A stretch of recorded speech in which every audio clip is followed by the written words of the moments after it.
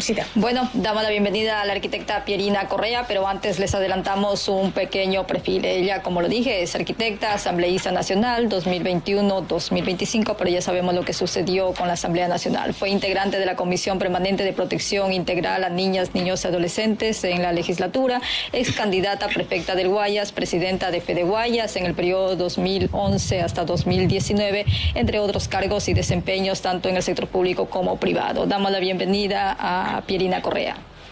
Hola, ¿cómo están? Muchísimas gracias por la oportunidad de compartir con ustedes. Veía ahí un poquito de mi semblanza, un error. Yo fui no solo integrante, fui primera presidente de la Comisión Especializada, hoy permanente de Protección Integral a Niños, Niñas y Adolescentes. ¿Por qué hago la aclaración? Porque ser integrante es ser un comisionado en conjunto, pero quien lleva la responsabilidad del manejo del funcionamiento de la comisión a cuestas es quien la preside. Precisamente, ¿qué se pudo hacer a través de esa comisión?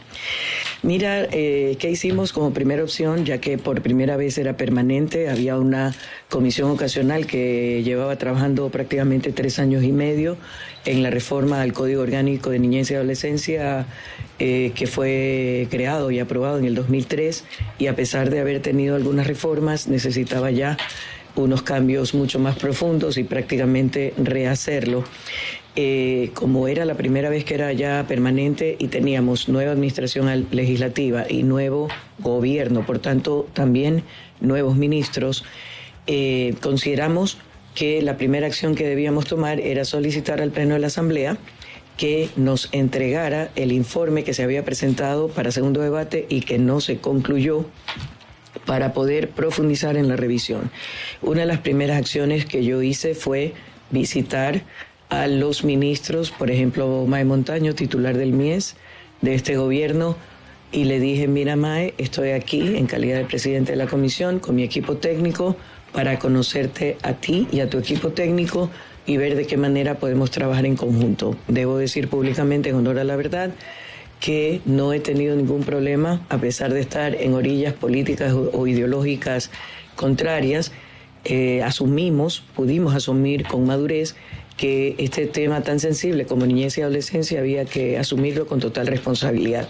Y he podido trabajar sin ningún problema con el Ministerio de Inclusión Económica y Social, con la Educación, con Salud, con el Consejo de la Judicatura, con la SNAI, con el Consejo, lo que hoy es el Ministerio de Mujer y Derechos Humanos, la Secretaría Intergeneracional y todas las entidades que tienen relación de alguna u otra manera con los niños y adolescentes. Quedaron aprobados los 4 libros que componen el Código Orgánico de Protección Integral a Niñas, Niños y Adolescentes en la comisión. Pero esos 4 libros y el código reforman 26 cuerpos legales de nuestro país. Por lo tanto, al coincidir con la mitad del periodo legislativo, yo elaboré para aprobación de la comisión un informe de avance del código y se propuso y se trabajó conjuntamente con UNICEF, que nos ha hecho un acompañamiento durante todo el proceso, de la línea de acción que había que tomar, o sea, medidas que había que tomar, acciones que tienen que ver básicamente con disposiciones de diferentes tipos y una línea de tiempo. ¿Por qué una línea de tiempo?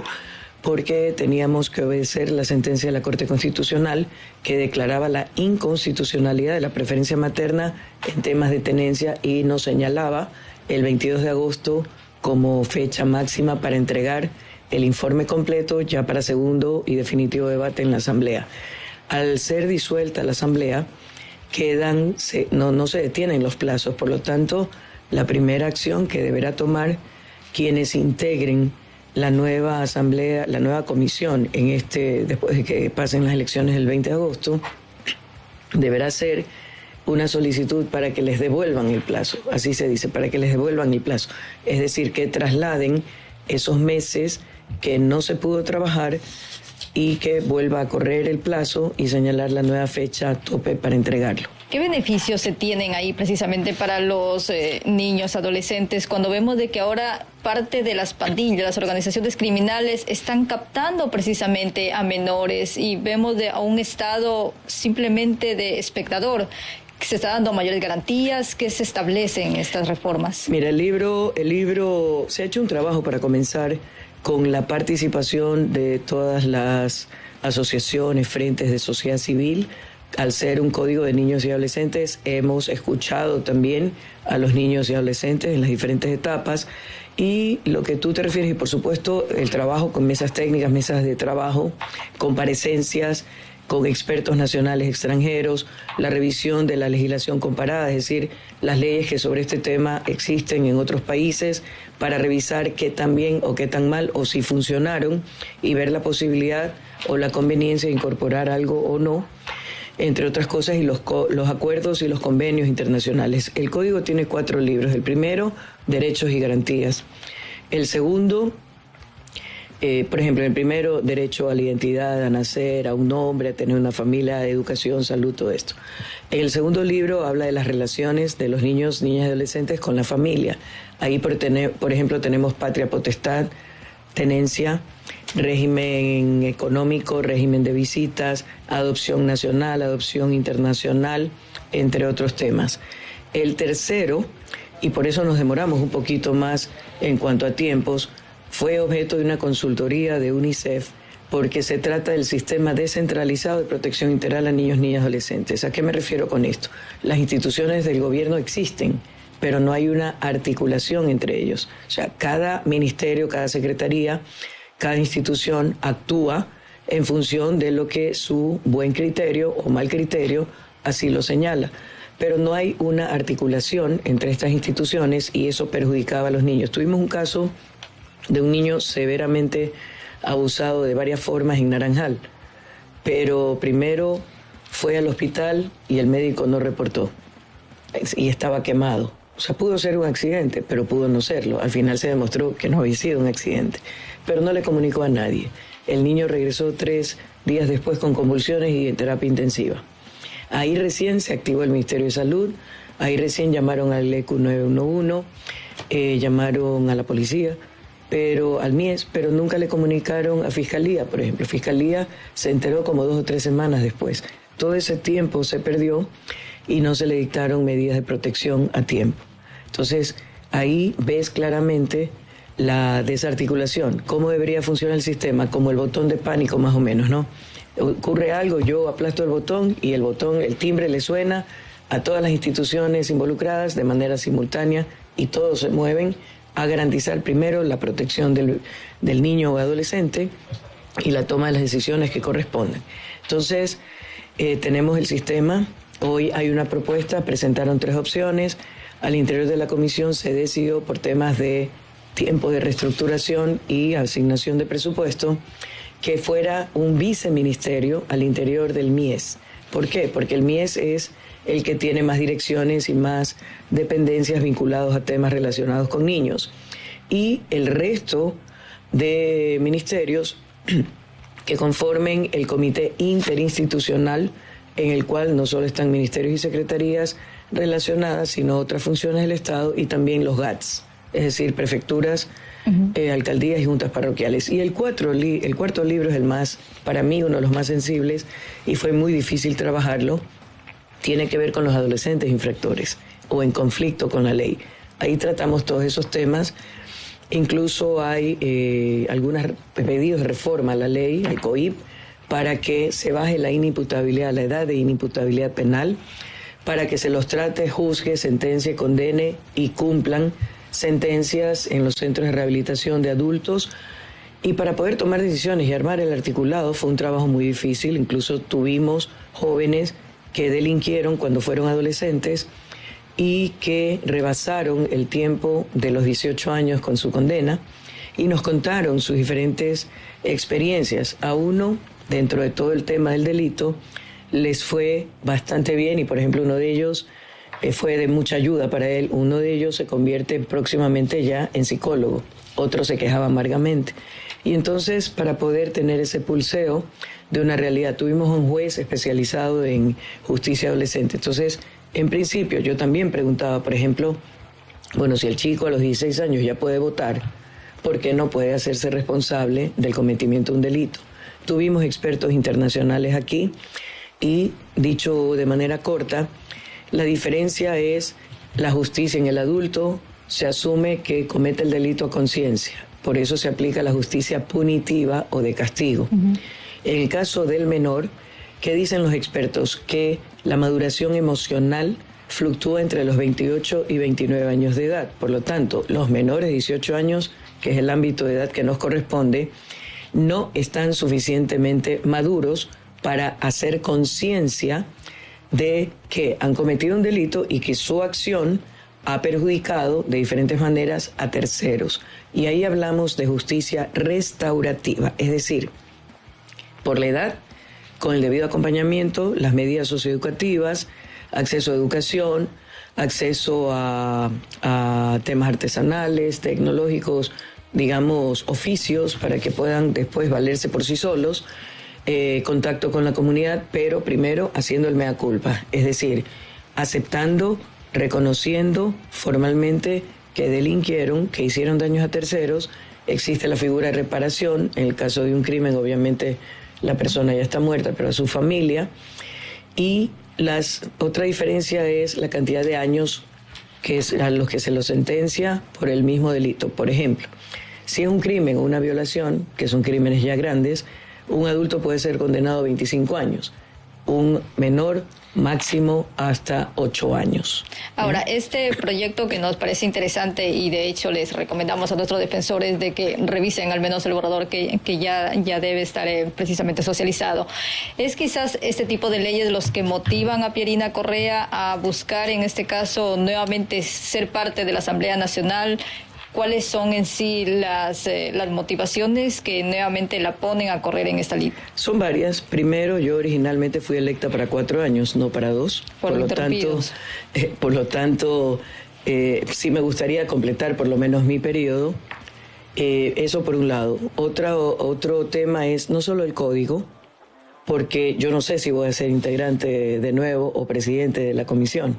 Entonces no tengo forma de saber si voy a ser parte y si yo voy a continuar con eso, pero sí me voy a poner a disposición de quienes conformen la nueva comisión para seguir impulsando y que se cumplan los plazos, las actividades que faltan y vaya al Pleno para ser aprobado. Yo, en calidad de asambleísta nacional, presenté 9 proyectos de ley y algunas reformas, por ejemplo, a la ley del deporte, educación física y recreación, que duerme el sueño de los justos en la Comisión de Salud. Presenté una propuesta de ley de salud mental comunitaria, a la que se sumaron otros 2 proyectos presentados por otros asambleístas. Fue aprobado ya de manera unánime en la Asamblea. He presentado la ley de primera infancia, lactancia materna y tamizaje neonatal, a la que también se unirán otras 2 propuestas de ley. Eso está en la Comisión de Niñez en las primeras etapas. Presenté una ley de atención a requerimientos especiales de educación, que se refiere a aquellos chicos que están por encima o por debajo del promedio de su grado en función de edad y que no necesariamente tienen un problema de discapacidad o alguna enfermedad, sino que sencillamente aprenden a otro ritmo. Y la idea es que los profesores ajusten los pensums académicos para que el chico que está por encima no sea calificado o encasillado como déficit de atención, indisciplinado, distraído, sino que sencillamente aprende más rápido que el resto, entonces se aburre y comienza a molestar. Y el que está por debajo tampoco tiene ningún problema. Siempre uno tiene más predisposición o habilidad o facilidad para aprender. A lo mejor tú la tienes en matemáticas, pero en historia y filosofía, ciencias naturales, no te gusta, no te entra. Y yo pues eso era al revés, y eso no me hace ni más ni mejor que tú. Así es. Entonces, pero también requiere un ajuste en la malla curricular para que no se vaya quedando rezagado, ¿okay? Esa es otra ley. Tengo presentado una reforma al Código Orgánico de Ambiente para trabajar con los bienes ambientales y los servicios ambientales, para que tengan una idea así rapidito. Sociobosque, por ejemplo, ¿ya? Las mismas comunidades sembraban, reforestaban y cuidaban del bosque y por eso recibían una bonificación. Acá los bienes serían los árboles, el servicio, el cuidado de los árboles. Entonces estas 2 cosas pueden ser traducidas o convertidas en certificados verdes, azules, etcétera, que pueden ser monetizados, y eso da la oportunidad para generar recursos económicos que puedan ser reinvertidos en las comunidades aledañas o a cargo de estos bienes, prestadores de los servicios o a cargo de estos bienes ambientales, y de esa manera contribuir a mejorar las condiciones de esas comunidades. Hay una... A ver, ¿qué otra ley? Trabajamos conjuntamente con varias asociaciones de personas con discapacidad, una reforma a la ley de discapacidades, y esa es la que me acuerdo ahorita así a lo rápido. Y hay otra, la tercera motivación es cambiar el chip de la mala impresión que tiene de la Asamblea Nacional la ciudadanía. Ahí me bronqueo yo como un sector de la prensa y también con parte de la ciudadanía, porque no se informan. O sea, a mí no me molesta la crítica cuando es constructiva y cuando es sustentada. Entonces, por ejemplo, ¿qué nos dicen? ¿Por qué son tan lentos? ¿Por qué no trabajan más rápido? Bueno, sencillo, hay un proceso que tiene fases, tiene plazos, que eso lo señala la Ley Orgánica de la Función Legislativa, y en promedio, incluido el veto presidencial, toma una reforma o una ley nueva aproximadamente un año en su tratamiento hasta su aprobación y registro oficial. Y de parte de la prensa igualmente, o sea, yo hago un ejercicio de rendición de cuentas continuo, aunque la ley me señala obligatoriamente una vez al año, pero como tengo alma de profesora, me gusta que la gente conozca, que la gente sepa, que la gente entienda a partir del conocimiento realmente qué tipo de trabajo hacemos. ¿Por qué cree que y se que busca tampoco nos metan en el mismo paquete a todos? ¿Por qué cree que se busca desacreditar? A usted sí le alcanza el sueldo. A usted sí le alcanza el sueldo. Yo hago maravillas y hago que me alcance, porque yo cubro absolutamente todo. Soy divorciada y mi madre vive conmigo, y mi madre, por su condición, tiene una exigencia de medicinas que, para variar, ninguna hay en el seguro. No es heredera, como Lucho Almeida, tiene no, que para nada, no. O sea, pero yo estoy acostumbrada a trabajar y a arroparme hasta donde me llega la sábana. No soy gastadora, no soy compradora, no soy de salir, entonces... Sí le alcanza. Estirándolo sí me alcanza. Hasta le sobra. Le consultaba, y luego, Blanca, el tema de desacreditar la Asamblea. Yo coincido en un 80% en ese tema de que se trata de vagos, lentos, todo ese tipo de cosas, y ya se está volviendo muy continuo. Entonces ya empezamos a pensar, bueno, ¿por qué les interesa tanto tener a la Asamblea Nacional, primer poder del Estado, con un índice de aceptación muy baja, ¿no? Quizás a la misma Asamblea le falta alguna manera de informar correctamente. ¿O qué cree que hay detrás de todo esto? Mira, la Asamblea tiene un excelente equipo e implementos de medios de comunicación. Tiene radio, tiene televisión, tiene periódico digital, tiene redes sociales, tiene página web. Pero a lo mejor honestamente, y yo sí lo he cuestionado, honestamente no sé cuál es la razón por la que no se trasciende con la información. Las sesiones del Pleno, las sesiones de comisión, las socializaciones de las leyes y otros eventos normalmente son transmitidos en vivo y en directo por Face Live, y luego son colgados en la página web. O sea, si te lo perdiste, siempre puedes recurrir. Yo hice una pelea personal que me llevó casi los 2 años en la Dirección de Participación Ciudadana y con TICS. Yo estaba buscando, la tecnología no es mi fuerte, pero yo le decía, o sea, en mi cabeza, yo tenía claro qué quería hacer, qué quería informar, cómo quería la participación de la ciudadanía. Y finalmente logramos diseñar un esquema de una plataforma de uso abierto que se llama Participa 2.0. Pero yo le dije a TICS, ¿sabes qué? Yo necesito esto y esto. ¿En qué consistía? Tú tenías una ventana donde estaban las leyes, una pestaña. Querías ver el código, aplastabas en el código y se te abría en la ventana todo el texto del código. Entonces tú podías revisar, subrayar, comentar sobre eso, preguntar y te contestábamos. Había otra ventana para ver las sesiones del Pleno, las sesiones de comisión, las mesas técnicas, las mesas de trabajo. En las otras pestañas arriba había todo lo que era la legislación a nivel nacional, desde la Constitución para abajo, los convenios, y podías tú ver y revisar las leyes que estábamos tratando, en qué estado se encontraban, participar, opinar, objetar, criticar, recomendar, y se impulsaba la participación. Ingresabas con usuario y contraseña. Me tomó mucho tiempo hasta que entendieron lo que quería y ya no nos dio el tiempo para ponerla en implementación completa. Sí la tuvimos lista y empezamos a difundirla, pero no logramos concretarlo para que la gente conociera el tema. Entonces, yo también fui parte del Consejo Consultivo de Parlamento Abierto para impulsar, no solo a nivel local, sino regional, los 5 ejes del Parlamento Abierto.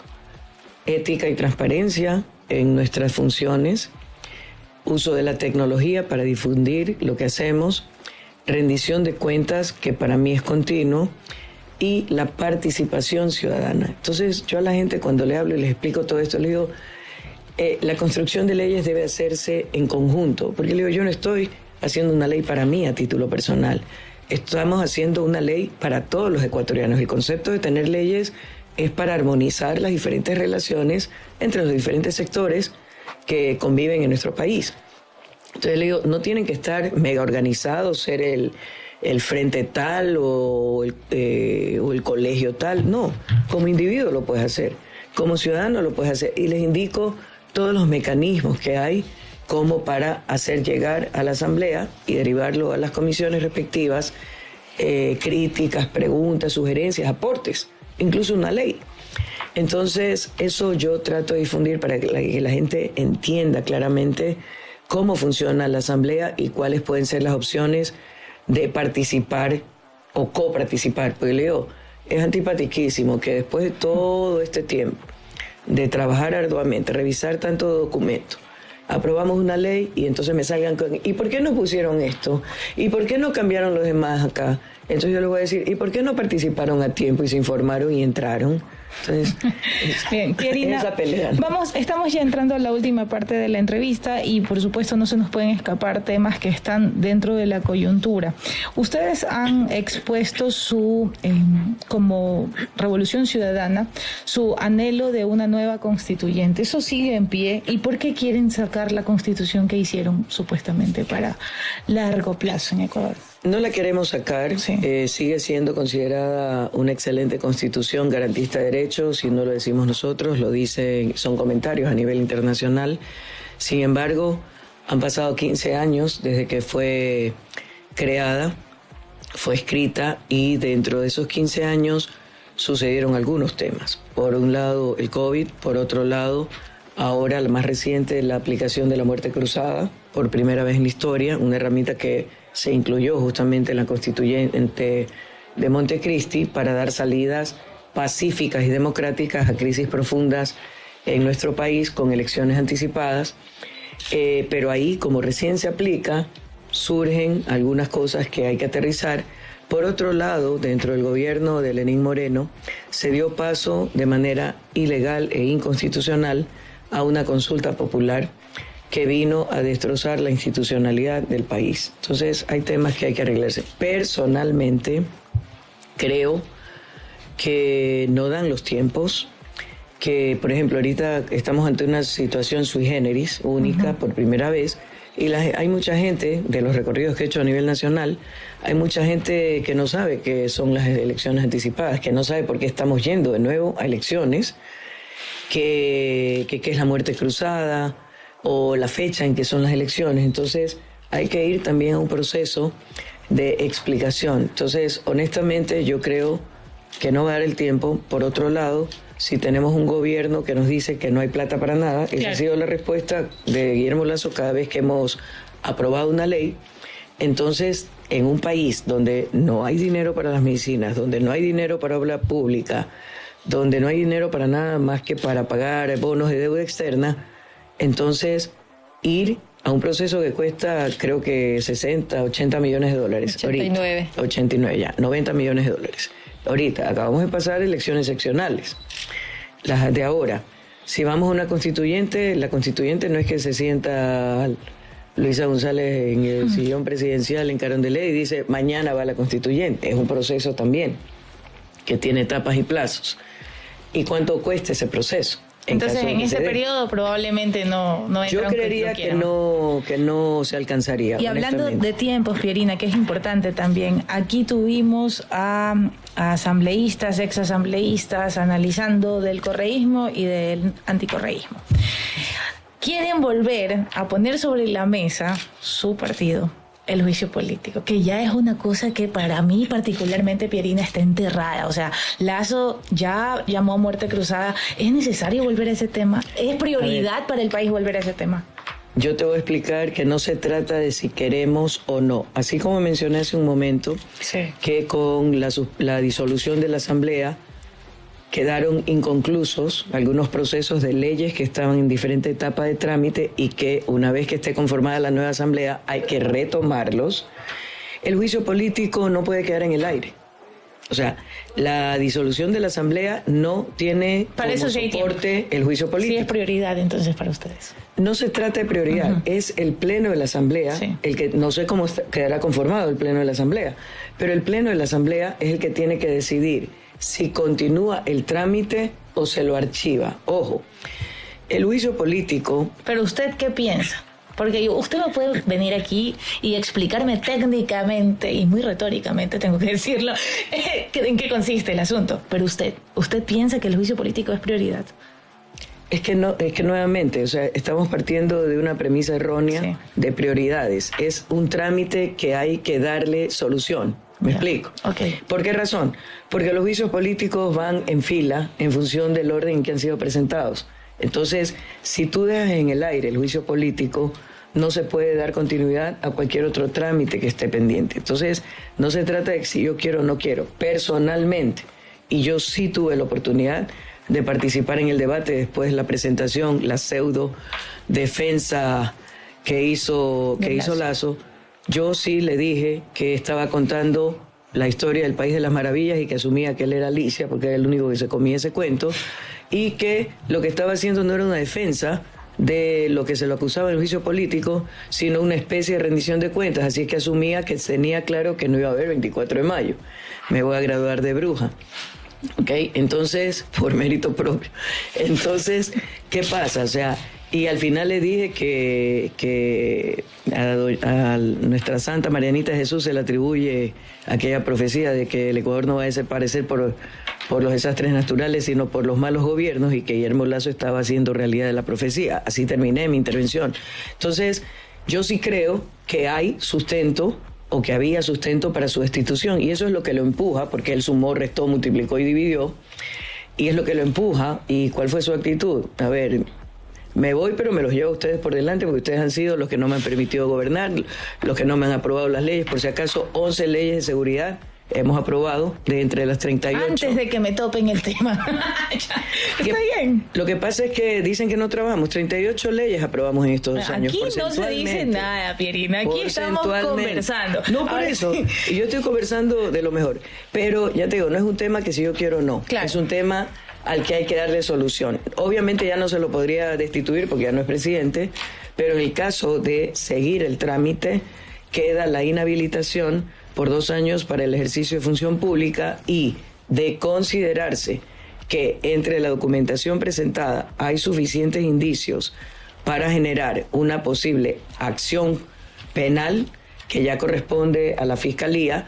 ¿Qué es lo que se hace? Se elabora un informe, se adjunta toda la documentación y se lo deriva a Fiscalía para que ellos, en ejercicio de sus competencias, analicen y procedan como corresponde en ley. Viendo bien, en agenda también tienen la creación de una comisión de la verdad. ¿Cuáles son los temas urgentes de crearse este organismo dentro de la idea, y se lo viene hablando desde hace rato, es más, Guillermo Lazo también habló de que iba a crear una comisión de la verdad.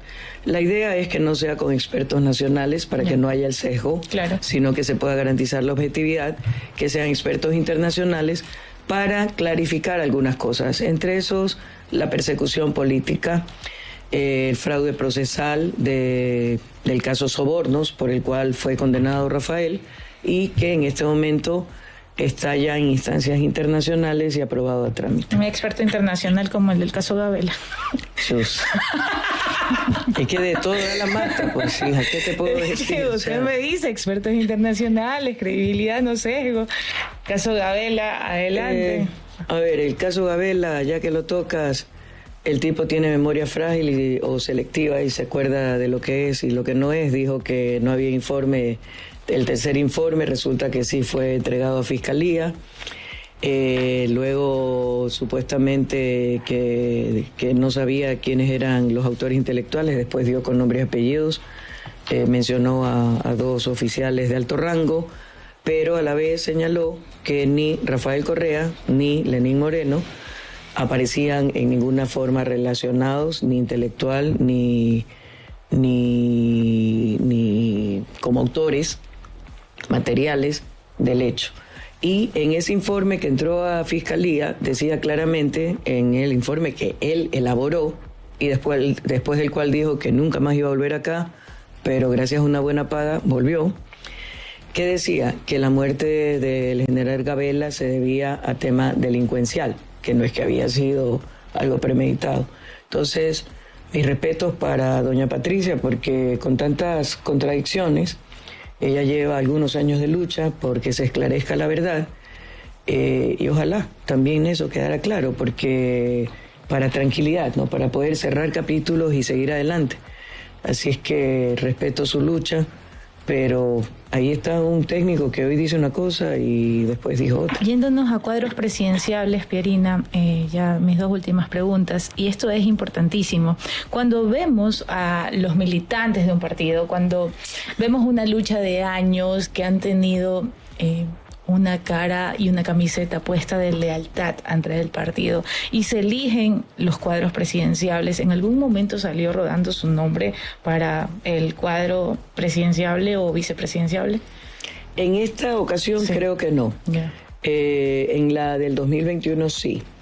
Estuve primero entre los nombres considerados para la presidencia de la República, una vez que quedó definido el nombre y el perfil de Andrés Arauz.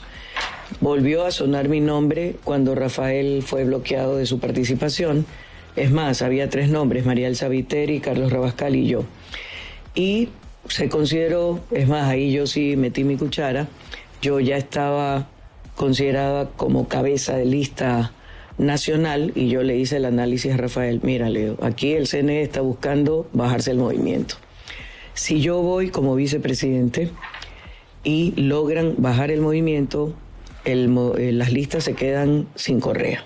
Y aquí me voy un ratito. Y ahí la marca, como le dicen ahora, tiene un peso. Entonces, hay un espectro que ocurre. Yo sé que no es competente hablar en una entrevista de otro partido, pero para efectos políticos es necesario. Vimos una debacle en un momento del Partido Social Cristiano dentro de la Asamblea. Se quebrantó, se salió, perdió cuadros, se movieron otros partidos. Fue impresionante. Casi dejan de ser bancada. Exacto. Uno más se le iba a Y uno de los análisis que se hizo acá es que no se trabajó en esas nuevas juventudes. La Revolución Ciudadana está trabajando en eso, está trabajando en jóvenes líderes que de alguna manera suplan a, yo le digo de broma, Pierina, pero con todo respeto, el caudillo. De alguna manera, lo siento, pero aquí son las entrevistas así. No hay problema, yo en serio. Me sonrío. Se están trabajando en eso, se está trabajando en eso. Sí, a ver, parte de las razones por las cuales se tuvo que casi improvisar la candidatura de Lenín Moreno fue justamente porque no se había trabajado estructuras reales e identificación de líderes y formación de líderes, porque el liderazgo es innato, la condición de liderazgo es innata, pero hay que detectarlos, identificarlos y luego formarlos para que haya la diferencia entre una Madre Teresa de Calcuta y un Osama Bin Laden, pues, ¿no? Claro. Entonces, espero que hayamos aprendido de la lección y estamos trabajando fuertemente con la juventud, motivándolos desde varios puntos. Primero, que no es solamente requisito ser jóvenes. Nosotros hemos sido reconocidos por el mismo CNE por superar los porcentajes obligatorios de presencia femenina, por ejemplo, de presencia de jóvenes, y nos honramos en decir que nuestras listas, sobre todo la nacional, tiene una muy amplia representación, tanto de etnias y de grupos empresariales o digamos, por ejemplo, el transporte, ¿ya? Dentro de nuestro bloque. ¿Y qué es lo que le decimos a los jóvenes? Necesitamos los jóvenes, primero, para garantizar la sustentabilidad de un proyecto que no es de corto plazo, que es de 20, 30, 40 años. Segundo, para garantizar esa transición generacional que no sea un nuevo choque, que no sea brusca, porque todos somos necesarios, nadie es indispensable y todos cumplimos etapas. Entonces le digo, nosotros necesitamos a ustedes los jovencitos, y yo les digo que son mi team colágeno, porque así me estiran las arrugas, ¿no?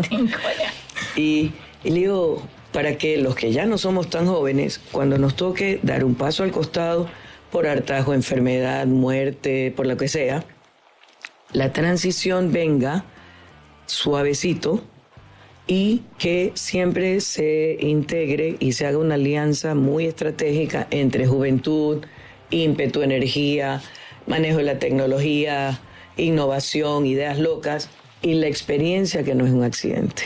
Y que no se lo gana de un día para otro. Hay una pregunta de una seguidora, Ileana Cartagena, si quiere la mira a la cámara, y ahí está ella en YouTube conectada viendo el programa. ¿La candidatura de Moreno fue improvisada entonces? Lastimosamente fue producto de un análisis. ¿En qué sentido? En que Jorge Glass era el quien debía estar ahí, el sucesor, el delfín, y hubo la disputa, no conozco los detalles porque yo no participé de eso, y al final se decidió que Lenín Moreno encabezara el binomio, ¿ya? Entonces, por eso hablo de que fue improvisada, porque debía haber una transición, rostros nuevos y todo. Ya Lenín no era parte en los últimos años del gobierno de Rafael, ya no era parte del gobierno. Él había sido 4 años vicepresidente y 2 representantes de las discapacidades en Naciones Unidas. Y sin embargo, se lo asumió para completar un binomio. Entonces, si nosotros hubiéramos tenido procesos, y es lo que pasa, y con todo respeto para los socialcristianos, pero los problemas vienen desde antes. Se desafilió Cristina Reyes, se desafilió Henry Cucalón, terminó desafiliándose César Ron, que no es tan joven, pero también tenía aspiraciones, había sido jefe de bloque, asambleísta y tal, y no le dieron chance ni para prefectura ni para presidencia, y hubo así bastante descontento. O sea, hay 2 grupos, básicamente los originales febres corderistas, por decirlo de alguna manera, y por eso es que se llaman Lista 6, Partido Social Cristiano, _ Madera Guerrero, para hacer la diferenciación entre los seguidores del León Febres Cordero y los seguidores o quienes se identificaban con Jaime Nebot. Ya venían algunos resentimientos desde la época en que se impuso a Pestañita Morales como candidato a prefecto para contraponerlo a las garras del Ecuador, que estaba siendo propuesto y respaldado por Lenín Moreno y la Lista 35. Entonces, cuando se dio de baja a Ceballos, se lo mantuvo a Morales. Y Morales no era ni militante ni nada, era concejal. Entonces hubo mucha resistencia, sobre todo de la vieja guardia. Después tuvieron la bronca Cintia Viteri y Doménica Tabaqui, que mucha gente decía era la sucesión natural. Y de ahí han tenido algunos roces, algunas cosas, ya te digo, casi se quedan sin bancada. O sea, un poquito más de tiempo y corrían ese riesgo. Y muchos se quejaban de maltrato de una persona, de uno de los dirigentes, sobre todo hacia las mujeres. Fíjate que quienes se dieron de baja fueron mujeres. Claro. Se quejaban del maltrato, de la imposición de cosas, pero hay otros temas que suman. Por ejemplo, todavía se los identifica y se los corresponsabiliza del triunfo de Guillermo Lasso a la presidencia, porque acuérdate que hubo alianza a nivel de presidencia, no de asambleístas. Eso también generó broncas al interior de la militancia. Incluso en algunos lugares la militancia prefería caminar con nosotros y no con los de Creo. Entonces, todo eso suma, y pues yo creo que todo movimiento en algún momento, más allá de antigüedad o de años de vida, tienen que hacer una revisión de sus estructuras. Y una de las quejas era que no le daban paso a gente nueva. Claro. Entonces, ahí vienen las cosas. Entonces veías la pugna, los ataques de Cristina hacia Cintia, Henry Cucalón, que... El mismo Nebot con Correa en algún momento que le señaló los chats, los imprimió. Mira que algunos hacen un paralelo entre Nebot y Rafael, porque en sus propios estilos tienen personalidades fuertes, ya son líderes, amigos, y son amigos. O son caudillos, como dices tú. Es un tema, a ver, en política tú debes defender tu ideología, tu postura, pero eso no significa irte de golpes ni tener bronca con alguien. Claro. Yo soy partidaria de siempre conversar con respeto, porque yo considero que ni yo tengo la verdad absoluta, ni los otros la tienen. Entonces, por ejemplo, en el marco de la Asamblea, y esto ocurre en cualquier parlamento del mundo, si tú no tienes una mayoría absoluta aplastante que por ti sola puedas tomar las decisiones, obligatoriamente, y yo diría que aunque la tuvieras, ¿qué es lo mejor? Consensuar, conversar, incorporar, y que las resoluciones al final que se traducen en votos sean consensuadas y de común acuerdo. Ojo, hemos tenido algunas leyes que se han aprobado por unanimidad. Entonces, ahí cuando a mí me dicen, y el pacto con los socialcristianos, que siempre le dan la connotación negativa, le digo, y entonces también tenemos pacto con los pachacutis o Izquierda Democrática cuando hemos coincidido en votación. Y cuando hemos tenido las leyes aprobadas unánimemente, tenemos pacto entre nosotros. Entonces, bueno, Pierina, por favor. Y bueno, ya para terminar, es importante hablar sobre campaña en territorio. Hemos tenido atentados, asesinatos, muy compleja la situación de seguridad. ¿Cómo le está yendo a usted en esas caminatas? Mira, gracias a Dios bien, muy pocas, prácticamente ninguna reacción negativa, como máximo un pulgar hacia abajo, nada más. O que nos hagan así. Entonces yo le digo, mi respeto, estamos en un país democrático y usted es libre de opinar como guste. Solamente una mala experiencia en Salasaca, que ahí una señora se puso medio histérica y me decía que yo era millonaria. O sea, pero nada de mafias, nada de delincuencia organizada, no se han encontrado. En mi caso no, pero sí ha habido recomendaciones. Por ejemplo, yo tenía agenda en Esmeraldas. Sí. Parece que por algún conflicto entre estas bandas se generó un pico muy fuerte de inseguridad y la recomendación fue no ir, ¿ya? Y se toman siempre algunas precauciones. Por supuesto, Chuchito está en mi equipo, así que siempre me encomiendo a él, y mi angelito de la guarda, que es mi hermana menor fallecida. Y se toman las precauciones. Hay una avanzada, un grupo de avanzada que igual monitorea varias cosas, o sea, que la organización esté bien, por dónde se va a entrar, cuántas personas van a hablar, quiénes van a estar, y obviamente detectar posibles. Pero ya recorrió Costa, ya recorrió el Triunfo, Durán, los territorios conflictivos. He estado en Durán, bien. En el Triunfo todavía no. He estado en Los Ríos, que también tiene altos índices, es más, es parte del estado de excepción. Pero no. Gracias a Dios no. Ayer estuve en Bucay, estuve en Payatanga, estuve en Cumandá. Los dos alcaldes están amenazados, pero yo como digo, se toman las precauciones, obviamente cargo seguridad, pero gracias a Dios no hemos tenido ningún tipo de inconveniente y Diosito nos acompañe y nos libre, pues, de tener alguna situación incómoda. Se nos ha extendido la entrevista, pero valió la pena, Pierina, una conversación bastante amena. Muchísimas gracias. Siempre bienvenida a La Defensa. Muchísimas gracias. Dicen que la mejor defensa es el ataque. Nosotros así me enseñaron cuando yo era voleibolista, pero en el buen sentido, ¿no? No, muchísimas gracias a ustedes dos por la oportunidad. Ha sido muy agradable. Vamos a cambiar esa percepción del 80% de acuerdo de que somos vagos. Te digo sinceramente, cuando tengamos más tiempo te voy a indicar en detalle por lo menos todo lo que yo he hecho y todos los encargos si entra a la asamblea tiene que venir del ley. No, al contrario, yo lo que decía era de manera general de que yo coincido mucho con algunos asambleístas, de hecho con usted en ese punto en el cual señalan de que la asamblea es inservible.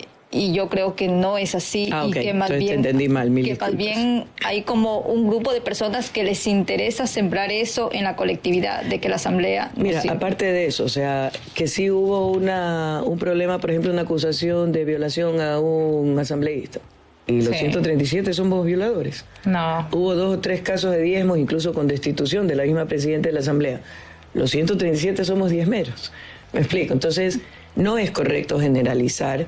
Sí, y ya te digo, a mí no me gusta, o sea, yo respondo por lo que yo hago y digo, y te digo, si te cuento todo lo que hago, quedas agotada. Y además, también tenemos familia, ¿no? Ya lo contó la primera media hora del programa. No, me faltó, solo te dije 2 cargos. ¿Aspiran a superar el número de asambleístas que tuvieron en 2021? Sí. Hemos hecho el cálculo histórico. A ver, en el 2021 también hicimos el cálculo histórico y sobre todo bajo la nueva metodología de Webster y no de Hunt. Hunt entran en función de la votación que tienen, que a mí me parece lo más justo y porque estás respetando la voluntad popular además. El método Webster trabaja con factores y favorece a las minorías. Entonces puede entrar, por ejemplo, un asambleísta con 20.000 votos y quedarte tú fuera que sacaste 100.000, que a mí no me parece justo, aunque es válido el concepto de que entre también la otra representación. Les dan para superar. Esta vez los números en esa época nos daba para 60. Las malas lenguas dicen que nos quitaron para dárselos a otros movimientos. No me consta, tendría que hacer una auditoría del sistema informático, pero ahora hemos hecho la proyección histórica en método Webster nuevamente y el cálculo en el que coinciden varios expertos es entre 55 y 65, pero sobre todo más cercano a los 60-61. Hay una nueva condición que se suma ahora. Creo no tiene candidatos a nada. Pachacuti y la ID no tienen candidatos a presidente ni a Asamblea Nacional. Entonces, asumo que esos cupos tendrán que redistribuirse entre los movimientos que sí tengamos. ¿Y en la presidenciable gana en una primera vuelta? Estamos muy cerca para lograr entrar en primera vuelta y por eso estamos metiéndole caballaje a la campaña con un mensaje fuerte. Hoy hay una ventaja, ya se puede comparar los 10 años de Revolución Ciudadana versus los 6 entre Moreno y Guillermo Lasso, y a mí me ha tocado que incluso personas que me dicen, mira, no me cae bien Correa, es más, soy anticorreísta, pero me toca reconocer que con Correa estábamos mejor, porque había reglas claras del juego. Había reglas claras, o sea, más allá de afectos o desafectos, tú sabías a qué atenerte. Bueno, ya tenemos allí a Pierina Correa, 1 hora completa para la defensa. Gracias, Pierina, gracias, en serio. Vamos a la trinchera porque recuerden que esto recién empieza casi, ya los chicos se quieren ir ahorita, pero no. Pues ya Pierina se Primero quedó. la defensa y después vamos a la trinchera para preparar el ataque. Vamos a la trinchera. Muchísimas gracias a todos. Gracias a usted.